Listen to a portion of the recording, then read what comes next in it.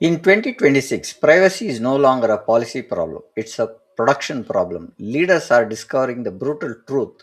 You can complain on paper and still fail on scale in a daily operations, where con- consent clicks, spreadsheets travel, vendors process, and incidents unfold at 2 a.m. Across industries, there is tension on the same. Digital team ships faster than governance can verify. Controls exist, but evidence is missing. Tools are deployed but underused. People know the rule, but workflows push them to bypass it. When problems the audience is facing today, how do you become a DPDP proof when reality is messy? Multiple systems, multiple teams, multiple vendors, and consent change. Why leaders are struggling with it? Because DPDP is not a one time project, it's a system, and all systems fail at the last mile. Consent captured, purpose mapped, retention enforced, breach response, and vendor execution. Why this matters now? Under the India's new DPDP regime, data fiduciaries may be able to prove notice and consent, not just claim it. The proof breaks when daily operations run into exceptions, exports, and uncontrolled handoffs. What changes the listeners after this episode? You leave with a practical and executable ready playbook to shift policy compliance to operational proof with controls plus evidence plus automation plus governance that survives real workflows. Our guest of authority today we want to introduce is Mr. Shivakant, who has spent 20 years in building security and GRC programs inside regulated environments where real game is not having controls but proving controls under pressure, especially during audits, incidents, and vendor escalations. Let's welcome Shivkant to the podcast event and dive in. Hi, Shivkant. Welcome to our podcast. How are you today? Hi, Prem. Good evening. Hi. Good evening. Good evening, all to the viewers. And thank you for having me here, Prem. Uh, and it's wonderful to come back on this podcast. We have done in past couple Yeah. and hope they were informative and useful content we discussed and topics were also relevant. And even today's topic is uh, widely spoken and have a great traction in terms of the government from the regulation point of view, as well as various GCCs and many, right? So I think I'm looking forward to have a great conversation with you, Prem. Thank you, Shiva. Shiva, let's start with one pointer that what does DPDP proof actually mean in the organizations, Shiva? Sure, Prem. So before we get into that proof, I just want to share a small analogy to demystify what is a DPDP, why we talk about so much on the DPDP importance now, right? So you take any common uh, day of life in these days, right? It's not about an cyber incident or a security breach. As a normal life, how we deal in day to day. For example, you go to a mall and you bought a shirt, something like that. And the moment you arrive to billing desk, the first thing they'll ask, what is your phone number? Not about the what you purchased and what the cost element, right? And you go to a saloon, they ask the phone number. You go to grocery shop, they're asking phone number, right? You subscribe to gym, phone number. You buy a movie ticket, they're asking phone number. And one step ahead, you go to buying any little valuable stuff like gold and some of the premium valuable items along with phone number. Now they're asking even ID proof, like that's the detailing they are looking at, right? So the question is, we are happy to give it. We know we never ask why they need our phone number or identity proof, right? and why they need our identity proof and phone number first place, and what they're going to use it further, and how long it is keeping it. Is it safe to leave with them? And there are such kind of questions we never realize it, because we are get used to it, and we are very what do you say, we let go certain things for the convenient purpose basically than questioning most of the time. That's the olden era, I would say. One could be awareness is not enough in terms of the people, or fundamentally they get used to it. Nobody is asking, nobody is questioning, so everybody gives, so I am also giving. This is the behavioral aspect, right? So I think the DPDP is fundamentally shifting that gear and bringing that importance. And now let me flip the prospect of the other side of it. So all these while where you're sharing data as a customer, right? Assume now you're the business owner, the data fiduciary now, because you're the one collecting that phone number, you're the one storing that identity proof, and some of these information you might be putting in spreadsheet or Excel. You're storing it, that information, somewhere in cloud or something like that, right? But what is the usage of this, and in a secure way of keeping that record, right? Now it could be small petty shop to a enterprise. Now the question is, it's from even issuing a small bill itself, if they're collecting a personal information, if it is not limiting to the purpose what they're intended, then they are answerable as part of DPDP Protection Act. So it's no mere technology law, it is a daily life of law, I would say, right? So that's the context I would like to set, and I hope people could realize and start asking from now on, people who are viewing our podcast at least, because one of the key pillar under DPDP is what? Awareness, bringing awareness, right? And cultural shift. I think your podcast and the various programs what we do through various community outreach and all, our motto is to spread this awareness, sharing our learnings, and sharing our knowledge, right? So with that, let me come back to your question. I think proof is what you're Yeah, emphasizing, right? right.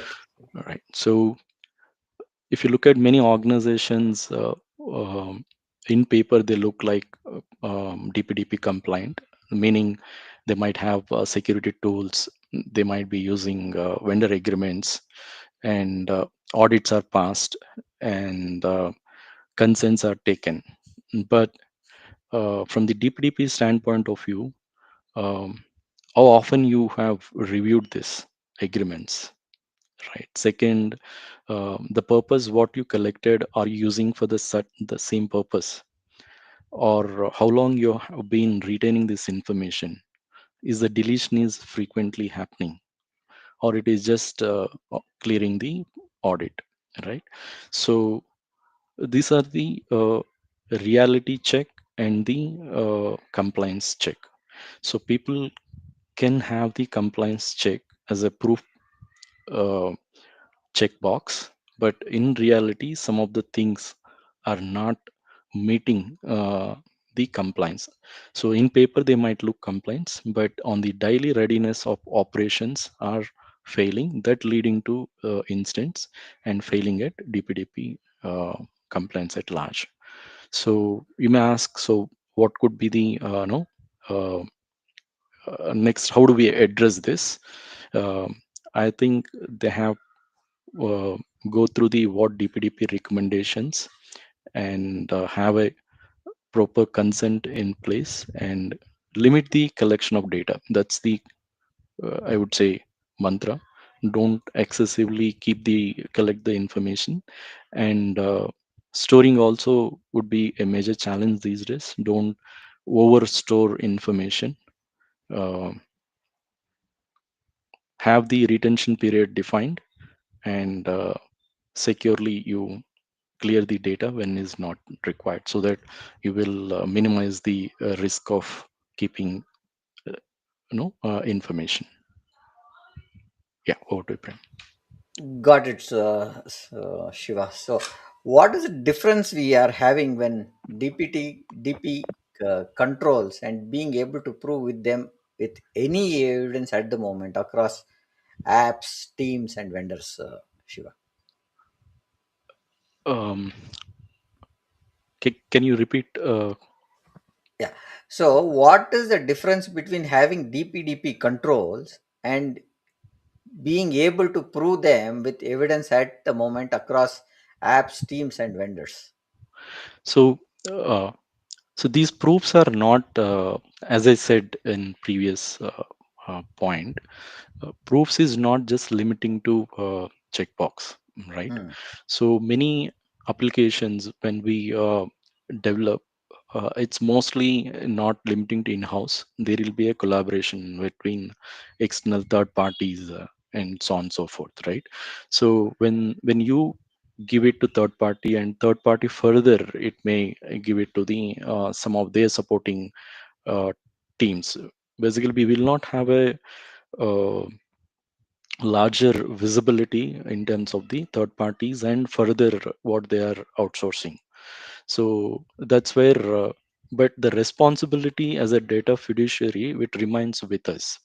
So you need to know the complete workflow of how they are processing this information, and have checks and balances, and keep this continuous of monitoring how they are processing. Is it meeting as per the consent and the deletion criteria? So I think that's the important aspects they need to look at when they are dealing with vendors. And at the same time, it's not like one time, but normally people do as per audit once in a quarter or once in an annual, right? It's not that just like a check. It is a continuous awareness, and validation is required in terms of meeting the DPDPA. No, I think what you are saying is DPDP proof is a continuous defensibility and clear notices, valid consent, purpose Correct. limitation. This is what we are looking at. Retention discipline is what you said when we spoke about, and data principles, right? Like handling, breaching, readiness, and all is Correct. backed up with time stamped evidence is what you're talking about. And I think consent is the highly most important where. You cannot have ambiguous and withdrawals that should be easy given as a consent. So that's what I think what you are saying, right? And what we see is compliance isn't a document. DPDP proof is an evidence you can produce under pressure is what we are saying, right? So coming to the next point, if if companies are compliant on paper, why does it still break on daily operations? So so they are showing as a complaint on paper, meaning it's a reputation game, right? So every Hmm. organization, they want to say that I'm compliant in DPDPA, but things is not happening, because when the consent is not dealt with no right way, and the checks are not balanced, and some of these data, they are not limiting to use what the purpose intent. Many times they have this some of the targets, marketing strategies comes up, and some pressure situations, speed of doing business, they intend to leverage the existing data itself. And that's where the fundamental aspect of DPDP principle itself, they are failing. So but from the consent point of view, I have collected data for the assume that payroll uh, assessment, right? But when some new employment engagement tool, something company is rolling out, they need some uh, employee information to see the effectiveness of the tool from XYZ parameters. So instead of they are re-asking the consent and using the existing database and deploying on the tool and see the effectiveness.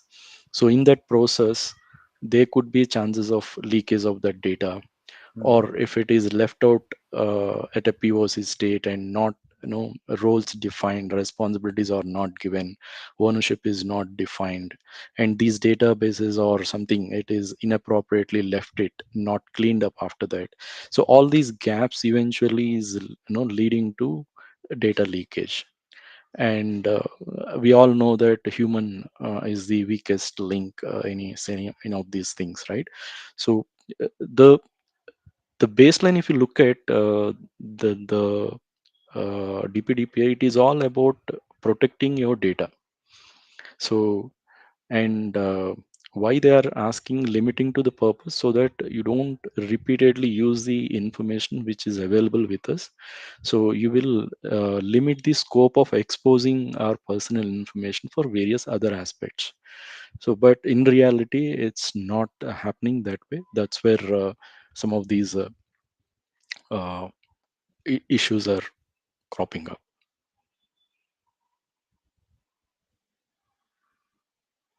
I think you're on mute, Prem. I can't hear Now, you. where does the last mile fail most often? Onboarding, marketing, ops, customer support, analytics, HR, or vendor hands off? Where do you feel the last mile failing, Shiva? Last mailing, I would say, in my view, vendors, I believe, because vendors, we don't have complete control. Even though you do an assessment of the vendor, a third party assessment, normal every organization does. But what is invisible for us is vendor himself is uh, further, he's basically outsourcing some of the modules or some of the processes, is to uh, further third parties basically, right? So that is something, it is not fully owned by nor vendor, not the data fiduciary, but the as per the DPDP principle, it is the ownership still lies with the data Data. fiduciary, that is the business owner. That means if I'm the organization, I'm outsourcing some XYZ module to third party, and that third party, for me, they are not accountable if some breach occurs. Still, as a business owner, I am accountable and I need to report to the consent team. So I see last mile third party vendors. I see more risky. Um, the uh, the mechanism to prevent is have the continuous. Uh, I mean, have the proper agreements and SLAs in terms of the nitty-gritties of any breach or occurs. That will some extent you can still have the protection parameter in terms of something goes bad, and have the workflows are clearly defined. If something they further uh, delegating the processes, and ask them your third party to call out to whom they are giving sharing that loads, and include them, basically inclusive of all the external parties involved when you are outsourcing your data processing unit. Think what you are saying is we should be very particular in what is the data that we are giving and what is the data we are collecting when we include the vendor systems into our environment is what we are doing. What is the most common silent DPDP failure happening today that boards don't see? Any pointers there, Shiva? Silent failures, Yeah. I would say, think awareness is one thing, uh, because when organizations uh, um, not bringing this uh, it could be penalties, it could be the way how they are leveraging this personal data, the way they are handling the information, and the consent management system, and the data life cycle. We say that record of processing ability ROPA is clearly defined, like how you're collecting, how long you're storing, where you are keeping information, do you have a secure disposal of this information. If this ecosystem is is not there in organization, and sometimes people has a myth of I am a small business, it may not applicable for me. So it's not about the small, medium, or enterprise. Whoever is handling personal data, they are they must uh, entitled to fulfill this DPDPA law. And and you, as a security professional, you should educate your board what is the nitty-gritties of penalties it enforce, and eventually the trust factor you may erode, right? So ultimately building trust is gains customer confidence, and in the long term you are into business, and some of these breaches can lose that trust. And earlier we used to say data is the currency. Now that is one step ahead. Now trust become a currency, everyone saying. And if you lose the trust, then repatching is very difficult. That eventually have the business impact as well. What we are saying is the documents that we are leaving off on the table, which can be or in the systems that are open, like CVV exports, and some of the shared files that we are doing on some of the Telegram or WhatsApp channels, which are Correct. kind Those of are child. convenient basis. People are using Yeah. it. Yes. So some of Yeah. these escalation times and all, people, even though they have official apps like Teams or things like that, corporate apps are much more secure. But Yeah. peop convenience, they'll be sharing certain documents, as you rightly mentioned, Telegrams or WhatsApp, that is leading to these data leakages. Also we'll be using SaaS based tools, cloud providers. We Mm. don't know where the data is residing, right, unless you have the complete control. Because if you talk about cloud, how the data replication is happening, where it is getting stored, and many unknown aspects are coming into the picture, that I think those things need to be accounted well, and have that proper data mapping. Basically the data lifecycle mapping, you should be aware of it. It could be tools, it could be people, or process, we say, right? Everything you need to map in such a way that data is secured, basically. What you are saying is DPDP doesn't break in policies; it breaks in the handoffs that we are giving. So that's the pointer that you are saying, and that is very important for us to look at. Now, is there a real issue in technology gaps or human behaviors, Shiva? uh, I mean, it could be a mix of both, Hmm. but ultimately humans are the culprits, right?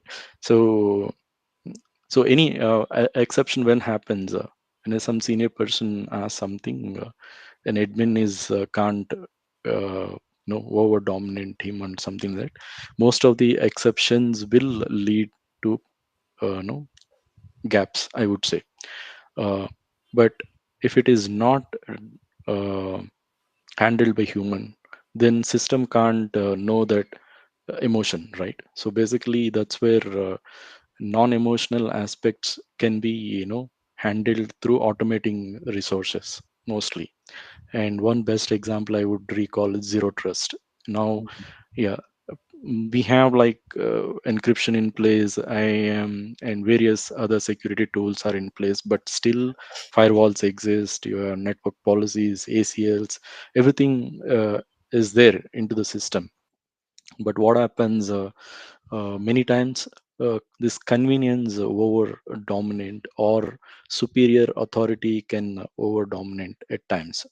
And people don't have that patience, like they want to do things faster. For that, there might be exceptions, there might be temporary accesses are opened up, but that temporary access become permanent after some time, because you never go back and look at what you have opened, that firewall port or some that access list edited or something like that.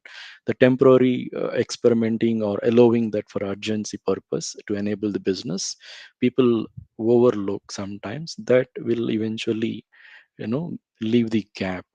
So it's a combination of tech is there to protect it, but you're altering that protection. So tech also is a here playing, not giving complete protection, but human is the intervention, is bringing more, and the tweaks of human is actually uh, releasing the gap, and eventually the combination of these two is not meeting the security enough. So the prevention, I would say, zero trust principle, you go with zero trust. It is much better, and at least they don't give you access. Least privileges are enforced, and every time you need to prove your authorization and identity, and only when it is trust is established, then only the access is given. Got it, Shiva. So what we are saying is sometimes the challenge is that unknown accesses given which are not revoked can be change challenges that we are seeing. And in regulated environments, what is the more dangerous risk? Weak tools, misaligned incentives, or speed targets and SLA? How do you look at that, Shiva? Um, See, now, see, for me, as always, see as a balanced approach. You ask me anything, I say both. There is no a single element which could say that this will only hamper the system or something like that. So tools is, as I mentioned in the previous example question also, tools are there for a protection, but again, tools are managed by people, right? So eventually people are the one handle the tools, and what how you uh, I mean, the tools output only you um, document as an evidence for the audit, and that will I know you show it as a regulatory compliance or audit proof, right? So it's not just a checkbox to hit, like uh, we have like incident response team, the events are uh, the incident is well managed, and these are the findings, we have protected systems, all these things you can convey in terms of to show the evidence to the regulatory standpoint of view. But the gaps which human creating is what. So we always say in DPDP behavior, right? Behavior aspects will outbreak the systems. Uh, so compliance is the documented proof, but operations is behavior. So it's not just uh, meeting the audit criteria alone. You also sustain the behavior aspects. That means um, this. Uh, n- can you hear me, Prem? Yes. I'm losing the. I mean, am I breaking in between? No, we are good, Shiva. Nothing. Okay. Yeah. So what I was summarizing is, yes, tools are there. You're passing the audits in terms of to meet the regulation, but your behavior patterns. That means having this consent and keeping the data intact, and keep the limitation for the intended purpose, and act when something goes wrong, take own the responsibility, then be transparent and inform the required parties when something is unusual. So that's the more important when it comes to DPDPA law. What you are saying is tools are kind of an enablement that we are having, right? And people under that do under pressure, so there could be a change that could be done where you need to finish some work, or there's a priority that is given to that work, and so that's where tools don't break DPDP. People under the pressure do, is what we want to say. And now coming to the next point, how does this consent break in real life operations, Shiva? Again, the urgency of the business, right? Mm, mm, So now, I think some of the example which I spoke about, that payroll example. So you have the data, and some X purpose you have collected. That's where the consent, right? So I am taking frame details for XYZ purpose. So I ask, are you fine with this, right? And that's where I collected in your information. But uh, I have leveraged and used it. That purpose is completed.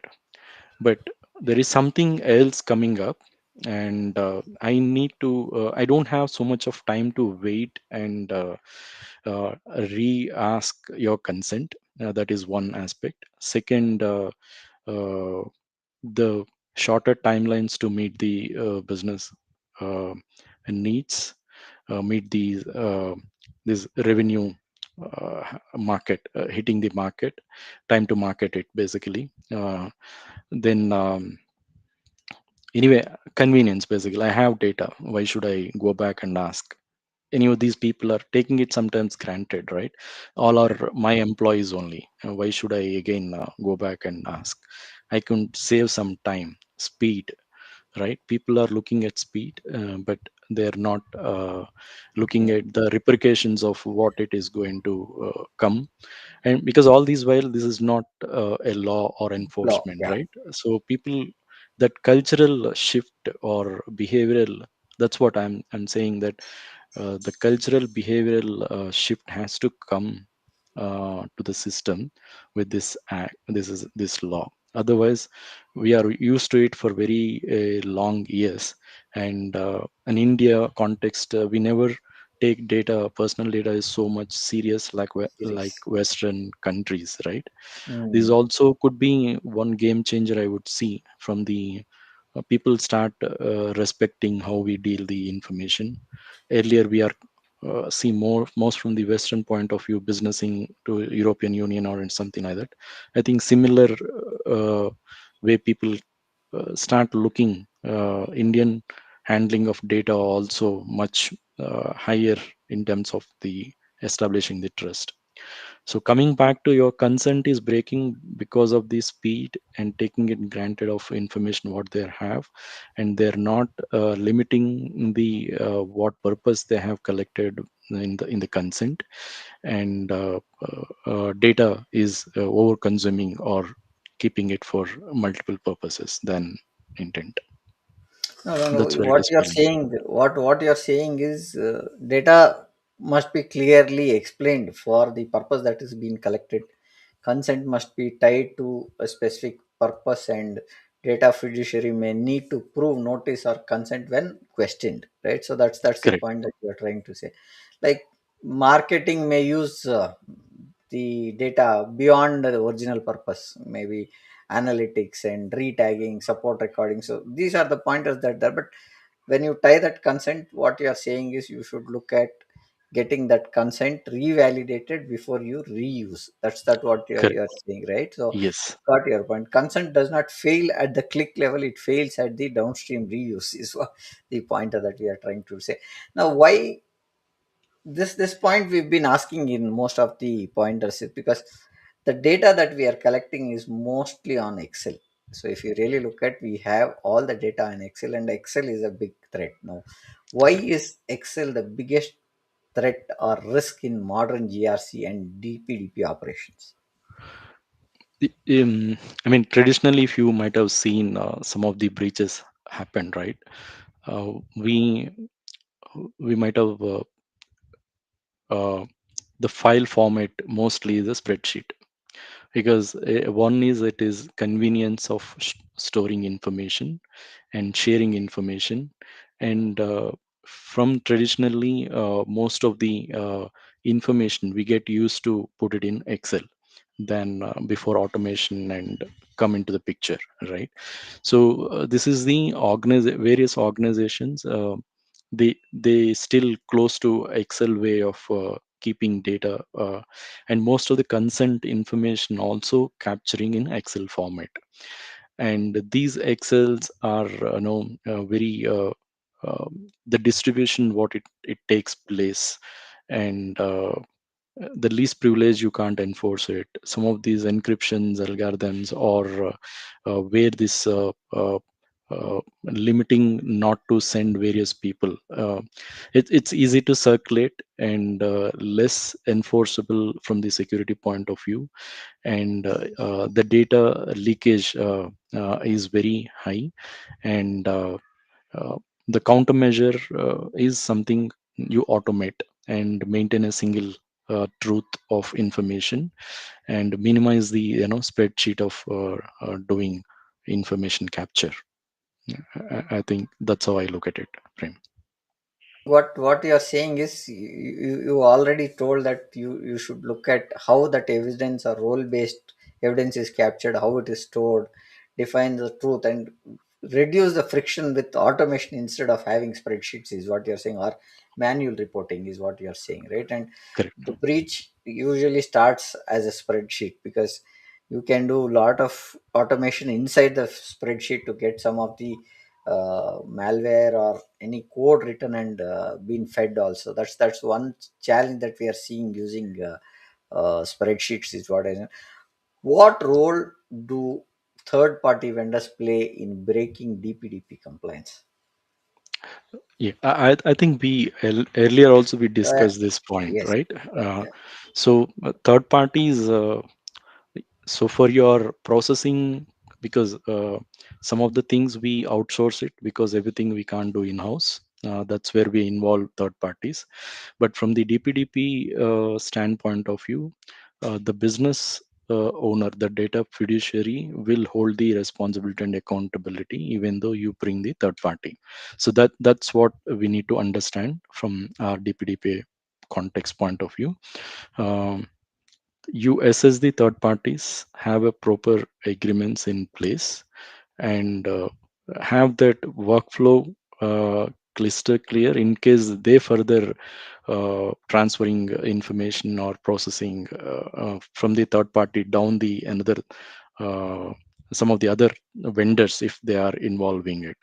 Basically have the visibility. Many times you uh, for us, whenever we onboard a third party, it will be less visible, or their systems are not secure enough of what we have in house.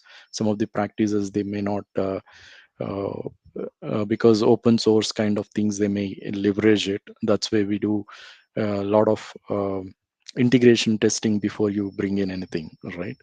So, uh, so, so ideally, from the DPDP context, processors, like if you take cloud or these SaaS providers, because these days SaaS based applications are we everybody leveraging, right? Because of the ease of use and cost, and the pay for use of and various other things, and every service they are coming up. You need not invest on the infrastructure, software, and various things, and the expertise of tech. So everything is available in cloud based on SaaS offerings or cloud offerings. So these are the third party what we discussing in this context. So these are the people processing our information. So when they are processing information, again the consent fundamental remains same. How long you are keeping it, what purpose you have given for it, they are leveraging it that within that scope. Though you need to keep validating the scope creep if it is changing from time to time, because sometimes the uh, developments takes place and scope also gets changed, right? That point in time, either existing consent is still intact, or do we need to revisit the consent, right?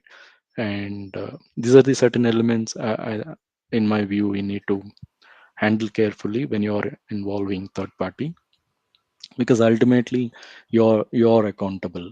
So Yeah.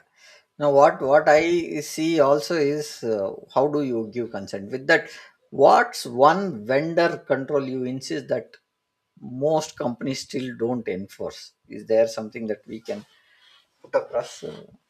Sure. um,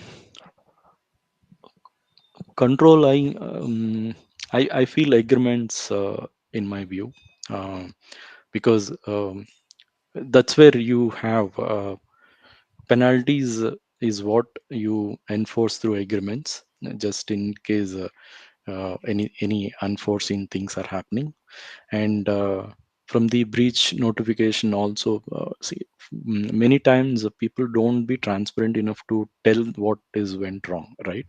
So Hmm. if something is unusual, they also need to admit to you. They should not hide it or fabricated things, right? These things you need to clearly call out the accountability, transparency, and the roles and responsibilities between you and the third party through agreements. I think that will, some extent, uh, Okay. will keep things in So what control. what you're saying is, so what you're saying is maybe the inventory that is there, the DPA classifications that are there, or clauses that are there, audit rights, security attestation, and sub processing visibility. Because vendors sometimes have sub vendors also, which you are Correct. talking about. That could be Yes. one challenge, is what you are saying, and some of the exit plans also could be one of the challenge that. And Yes. Yes. DPDP score can apply even while processing it outside India. So that is also a challenge that we are seeing, because Yeah. The cross DPDP border score, things, yeah. right? Yeah. So if the service target is principally is only India and you process it outside, also there's a challenge that we see. I think DPDP posture is only strong as you noise it to the vendor. So how the vendor process it, where does he operate from? Those are challenges. I think what you're saying in the clauses, the documentation and the accountability that they take is what you're saying. What happens when a breach actually occurs, and how does the proof get tested here? So ultimately, when a breach occurs, uh, it's not that how best you prepared for it, right? And these incidents are inevitable, but when it happens, people, everyone will become panic. And even you say that, have that composed, cool, and all, that reality is something differ, because pressure gets mounting, and situation is become panic, and there is no clarity unless you deep dive about that instant, right? And and you also need to, DPDP has a stringent timeline of 24 hours. You need to report it. So first few hours, you have time to containment, like identifying what is went wrong. Is it possible for you to, not to spread to the major systems, like that, containment. Then you have couple of hours to investigate what went wrong, and looking into tech detailing, or um, faster resolution. Basically, you investigate, and a bad scenario, if things are not getting improved, then immediately you need to communicate in a clear, simple way. People should understand. You should not hide things. And see, in what I understood from DPDPA point of view, it's not that they penalize you about what went wrong. They want to know transparently what went wrong, so that the damage, or it's basically the damage control is what government is looking. So when you explicitly say what went wrong, people are aware of, and they're prepared of, and you also work diligently for the fix or subsequent control. So coming back to our discussion, so have this uh, reporting structure. Your incident response team is diligently, working on that containment and investigation, and you're the person to communicate to the stakeholders and the, people who is as part of DPDPA agreement. And Chris, in a simple term, basically they should understand what went wrong. And here some questions is, who decide that, what is the severity, who reports to whom. So these are the some of the things basically has that ambiguity when the incident happens. I think, What you are saying is very important because today, as you when we started the podcast, we started with saying that today giving off a document or giving a copy of the Aadhaar card or the PAN card is not very very much taken care. As you said, it is not it's okay to give. We are not worried about it what happens, but what the government is saying is whenever a data of proof of identity and a proof of residence is given to you, you have to protect that data, and that digital assets protection is yours, is what it is saying. And also organization must inform how the individuals are affected with delay, with what language, how many days it took to process, if there is a delay, why it got delayed and stuff. So everything has to be looked at and given in a consent, saying that this is the day we have collected, this is the day it will be processed, this is the day it will be backed up, and this is the day it will be archived after so many days, and then this is the date it will get deleted. This is what we talk about, the digital assets that go across. And we also look at how do we preserve, communicate, growth, trust, prevention, what is the short spin and stuff like that, right? So a breach doesn't reveal your security, it reveals your readiness to prove. That is what we are saying in as many words that we are talking about. Now coming to the next point, how do we fix the gap between policy and operations practically? yeah.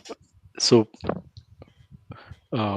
policies again, like, too good to have to meet the compliance, right? So you don't, uh, in the first question I believe we touched upon, having the tools in place, monitoring is happening these many days, I keep the information, this is the consent collecting way of thing, right? So you have various organizational level policies might be rolled out, saying that, uh, these are things I'm enforced, and these policies are I'm following as per the certification or regulatory point of view. But uh, operations is not works like that, because policies you show in a PowerPoint presentation, or giving a regulatory evidence point of view, this is what we are doing. But operations is something like, sometimes you have a sudden surprises, it is more chaos. And as we said, it is more like a behavioral aspect. You have tools in place, but people can induce the some of the mistakes. And concerns are not limited to what the purpose it is. And operations also will have the speed and agility of delivering things at a faster pace to meet the revenue targets, right? So operations always look at either uh, fixing what things went wrong or catch up the market. So policies on other side just to ensure the compliance and certification criteria, right? So there should be balance in terms of what you are saying the policy, and it has to be go hand in hand when you are dealing with the operations, I would say. We're coming to the last question that we have while we do, Shiva. Uh, Give me a second. What is the minimal audit ready operation system you would build? People, process, tech, evidence. Your call on it, Shiva. Yeah. So um, minimum is something I would say, have the clear consent in place. First thing, that is far most important. And uh, don't be fully dependent on automation, because automation is good to as we discussed in the case of spreadsheets, and some of the human intervention is highly related, like zero trust, we spoke about it, right? So have the balance between a human intervention as well as the automation. You make the consent rollout and workflows automation, and have that how long you are retaining the consent, things like that, that can be automated, because a deletion can happen when the deadline meets, right? You need not to, because when you intervene human, there is a tendency of people can forget things, right? So that's where automation can help you, but at the same time you don't give the control for certain decision making things. That's where still human intervention is required, like deciding the risk acceptance level, certain things. Then what is the um, uh, basically human should be a last leg to uh, approve the automation output. Otherwise it can create further chaos. So intervention is always a rewind point of view, and take the right decisions which should help the business as well as the process and tech, and people balancing it. I think what you are saying is look at the continuous compliance shift from annual audits to always check on controls. Use the NIST CSF 2.0 or govern function as the board level anchors for risk ownership and accountability. So that's a few things that you can look at is what you are saying, Shiva. And with this, we are good with the pointers that I had. I'll take a small. Uh, Takeaways that I have noted down. Meanwhile, I have one question which has come up from the audience. I'll bring it up here. So, yeah, this is Suraj who says, how difficult is DPDP to be executed on an Excel?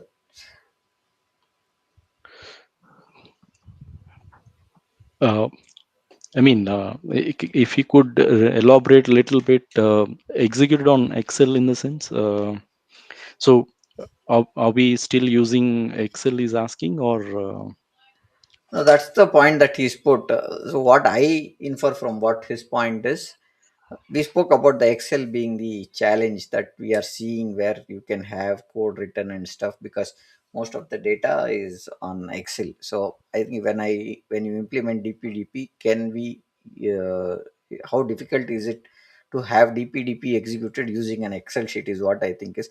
See, I think as long as the data and the sheets are secure, I don't see a challenge that you see. But how secure is what you will have to review and check is what I will take from what I understand from that question, if that is the right way of asking.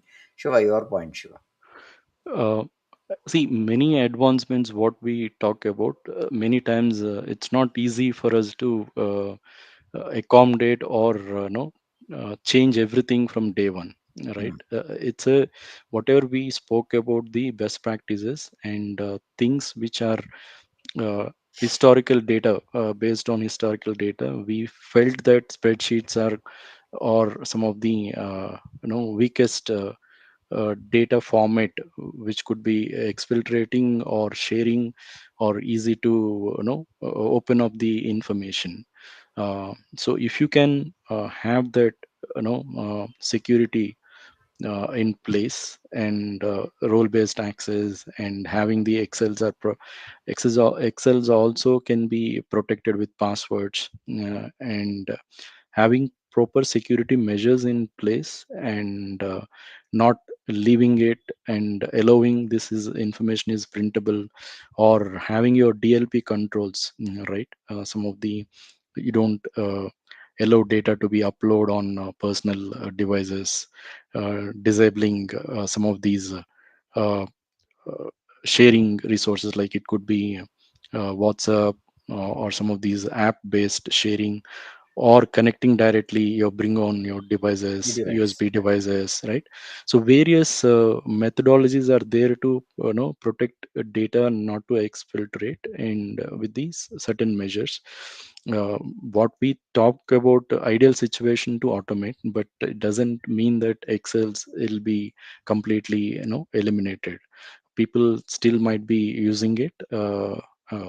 Only thing is you have a proper security best practices uh, in place. I think with that you still able to deal with the DPDP implementation. I hope that answers. I think Suraj, if you have further questions, you can put it on the chat. We will answer to those. But this is what we understood or inferred from what you are saying. It can be implemented using Excel, but what we are saying is it should be protected. The data should be clear, and that if there is no malware that is coming from that Excel, that's where we see a challenge. Is what we want to tell you. But it depends on the situation to situation and what Context, kind of yes. context is that you are going to look at. Thank you for that question, Suraj. With this, I would like to bring up some of the takeaways that we have taken part of this podcast.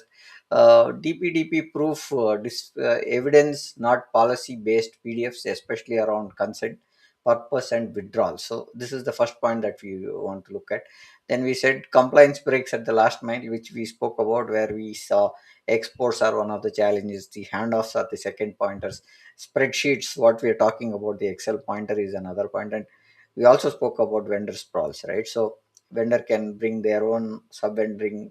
How do we look at Correct. ensuring that vendor is also secure and they can be part of the engagement? So that is one pointer that we breaches test your proof, notifying affected individuals without delay and with clarity is the leadership moment is what Transparency, yes. yeah. So that's where so in this winning model in 2026, continuous compliance, controls, evidence, automation, and governance board level is to be looked at, and that's where DPDP done right becomes growth advantage, trust, speed, guardrails, and fewer costly reversals is what we wanted to say as a takeaway and a summary for this podcast.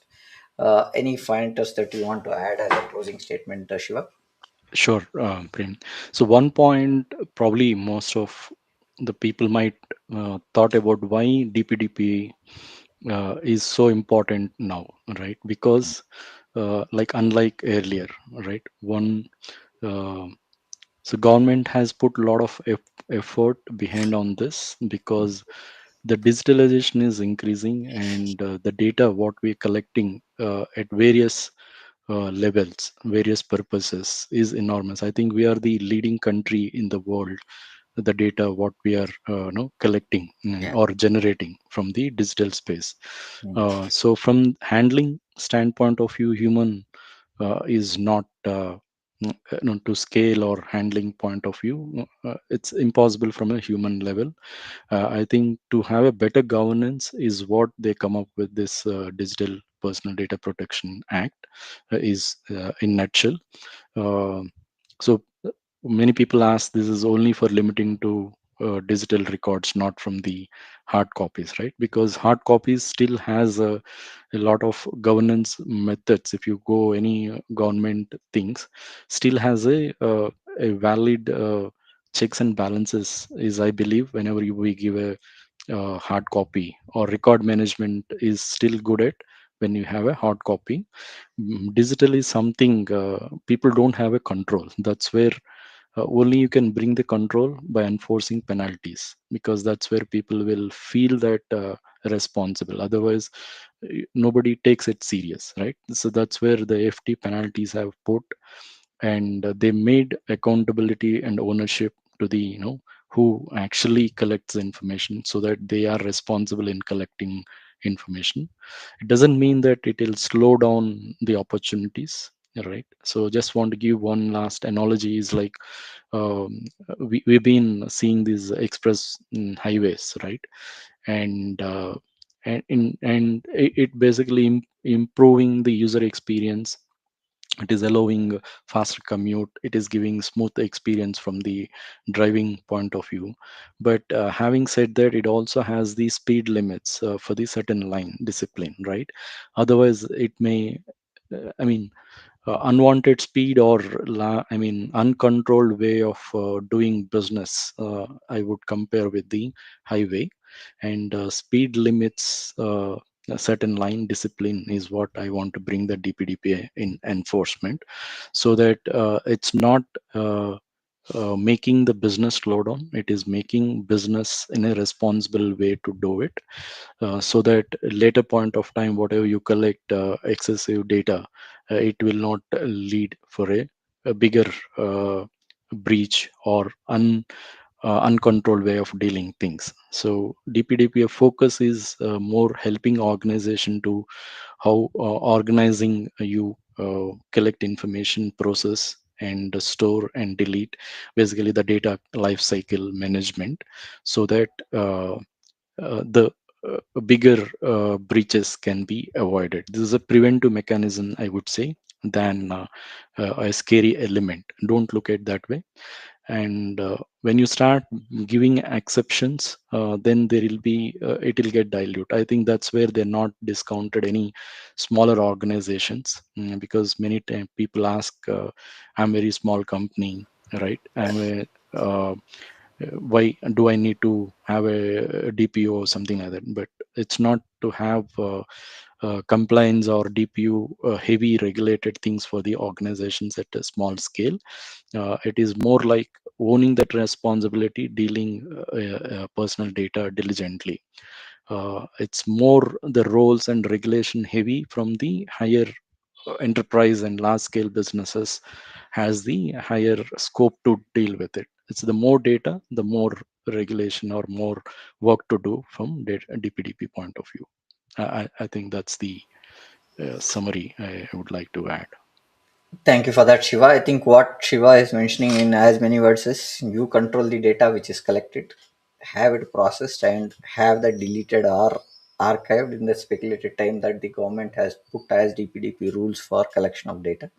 And data of individual is very important, which can bring down the brand value and the organization's credibility. So that's what we are saying when we say how do we look at DPDP proof breaks in daily operations and how do we fix it is what we want to see is collecting data, processing, storage, archive, and deletion is what we are talking about overall DPDP in a sense where the largest data is what we've collected across the globe is India. So, and that is not been considered, and we have seen a lot of data thefts and a lot of issues that are happening, breaches that are happening, and we've seen off late happening many companies that are going and falling prey for those data issues, right? So that's where we have this pointers for the government to look at data collection and restoration and deletion. That's the final point that we want to look at. And with this, we are on top of the hour, and we would like to conclude our episode. Shiva, thank you for joining us today. Thanks, audience, for joining us. You can connect to Shiva on the link, scroll link that is there, and I am bringing up a link of Shiva's this one where you can scan his the QR and connect with Shiva to get more details on DPDP and cybersecurity related pointers. Shiva, thank you for joining us, and good day, Shiva. Thank you, Prem. Thank you so much. I wish you more success, strength, and power to um, power of knowing. I think you've been doing wonderful job. Uh, the consistency is something I admire from you. The consistency you bring to the podcast, and I wish that momentum continue and continued success, Prem. Thank you so much, Thank you. and thanks to all the viewers. I hope our discussion is informative, and hopefully we'll meet in next subsequent sessions. Thank you. Cheers. Bye. Bye.